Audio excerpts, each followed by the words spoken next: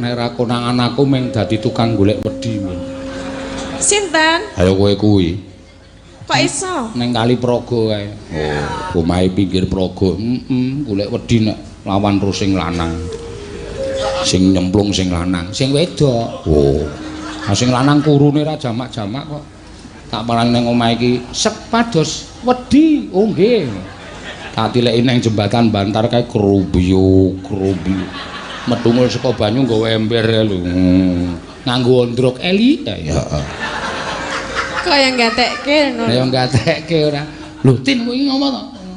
Mbok sing nyemplung sing lanang. Ampun mangke ndak ilang. Ngono. Apa? Ambuh kok ya.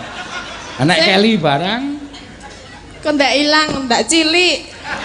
Nah, ra matok genahke to. Asine sing dijiki kowe asine.